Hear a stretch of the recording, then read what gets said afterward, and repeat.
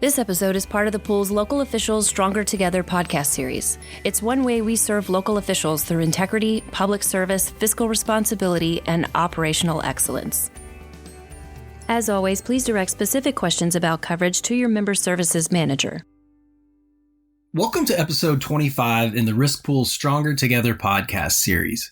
In recent years, we've heard lots of information about what's driving rates, and I spoke with Jeff Thompson, the pool's executive director, about some of those rate drivers, including the pandemic, Winter Storm Uri, inflation, and supply chain issues in the previous episode, episode 24. In this episode, I'll be visiting with Lindsey Fields, the pool's deputy director and COO, about another rate driver and a very important piece of the coverage puzzle, and that's reinsurance. So let's get right into it.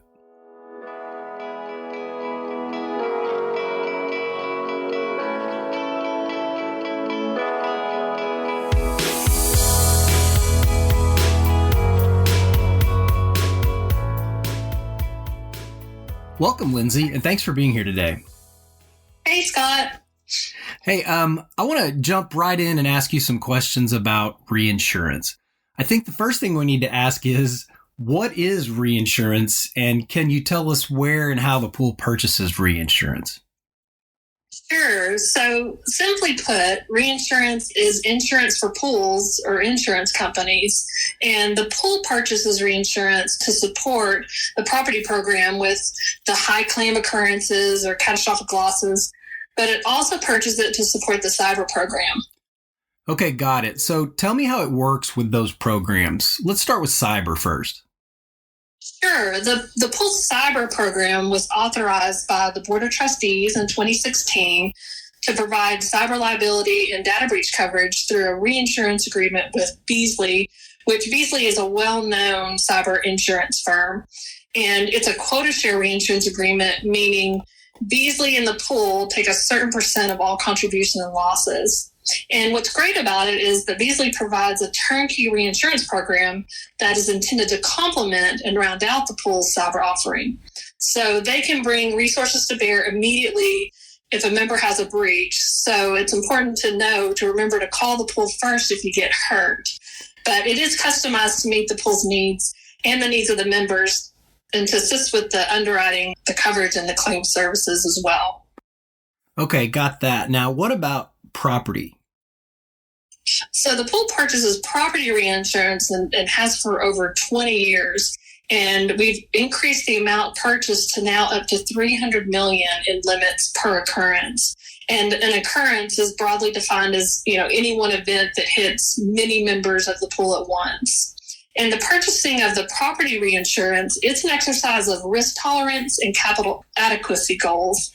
In other words, the pool's Board of Trustees, with input from us, the staff, they decide what we think could happen over a fund year and then make sure we have enough funds and reinsurance to handle that sort of like a doomsday scenario.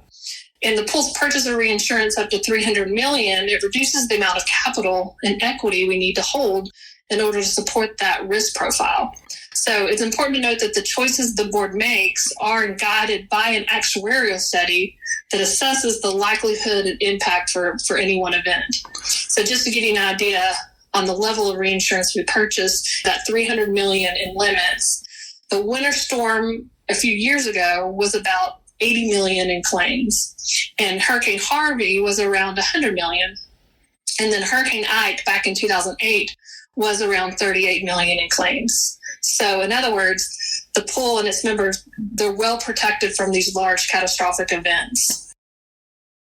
So it sounds to me like, as a layperson, instead of us, the pool, having to build up this massive amount of member equity, some huge amount, we really rely on the insurers to come in for those catastrophic losses to help us and our members out.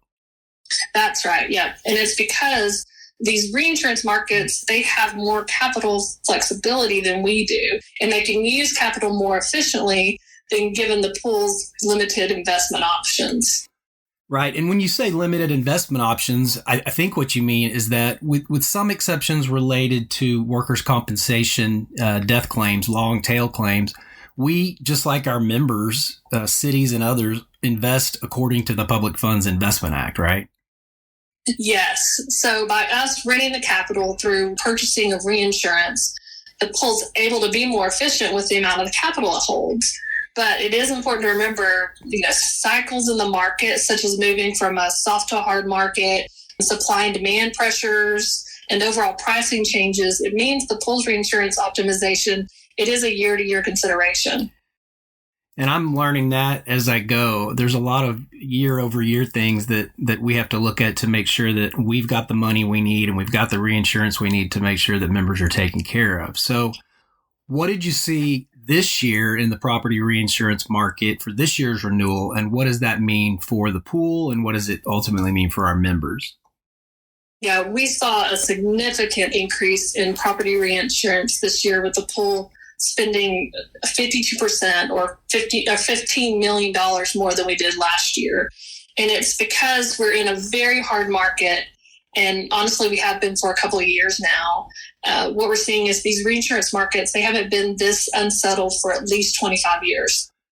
Well, I've been here for 2 years at the pool, but I still consider myself by far a newbie. And there's lots of terms that I hear that I think maybe members might not understand because I didn't understand them when I first heard them. So let me interject and just say I want to be sure members understand what a soft market is and what a hard market is. In a soft insurance market, that means that rates are staying the same or they're decreasing, and that a member or an entity can easily find coverage and purchase it. By contrast, during hard market conditions, rates are consistently rising and the coverage is more difficult to find. So I'm sorry to interrupt you. I just want to make sure everybody understands that. So let's go ahead. No, that's a good point. So we're in the hard market. And so what we're seeing, Scott, is that supply is diminished, and many buyers are finding themselves in a position right now needing to buy more reinsurance to stabilize their balance sheets. So as we all know, with diminished supply and increasing demands, it means the increase in pricing, even for the same level of reinsurance you're purchasing. We recently saw that in the pool's reinsurance renewal this year. But thankfully, the good news is we've developed these deep partnerships with some of the markets that provide coverage for the pool for over 20 years. And so these markets, they believe in the mission and the structure of the pool. And so because of that, we were able to find the needed capacity to fill the pool's reinsurance structure and placement this year. So tell me that, I think that talks a lot about property. Tell us what you've seen in the cyber market. And I think this is the most interesting thing that the insurance world has seen in a long time. And I'm really interested in working with our staff to figure out how we best protect members from cyber security threats. So for the cyber market, we've seen a couple of years of hard market in the reinsurance world as well, as they're trying to figure out really how to underwrite cyber risks and exposures. The previous year, we've seen a lot of carriers pulling out of the cyber market, but there's always try to look for the good news. So the good news here is we have seen recently an improvement in capacity being offered as they get a better grasp on what the risk is and how to price it. The difficult part of cyber insurance is how new this risk is and how quickly it's changing. The historical data on losses and trends, they just don't go back very far compared to historical data you could get from on property insurance losses and trends. And what they're saying is it's really hard to underwrite what you don't know can or will happen. And one of the things that a lot of folks fear is a system-wide type of a cyber attack that could affect multiple members across many geographic regions and all different types, which is something that's really scary. And what you just said, Jeff, our executive director, mentioned in episode 24. So we don't have much of a history with cyber. So what does that mean the plan is? How do we go forward? We can see, if we look back at our cyber coverage that's evolved in the PULS program, back starting in 2016, what really began as a program that recognized just an emerging risk over 7 years ago, it's expanded to a more robust program with more risk, more losses, and increased costs that are continuing to increase yearly. So, for example, the price charged through the pool's reinsurance agreement for the base limit cyber coverage, it's increased by 87% since the start of the program. And the pool's cyber loss ratio has gone from 34% in 2017 to now up to 76% in the current fund year. And it's just another important thing to note. The upcoming fiscal year will be the first year the pool actually charges members for that base level limit of coverage. And another point that you mentioned a minute ago, another concern we've seen in the cyber reinsurance market is that municipal cyber business is not seen as a good risk due to the poor loss history and the concerns regarding the amount of software programs that are utilized by many municipalities. And so that there's this risk of many members getting hit simultaneously.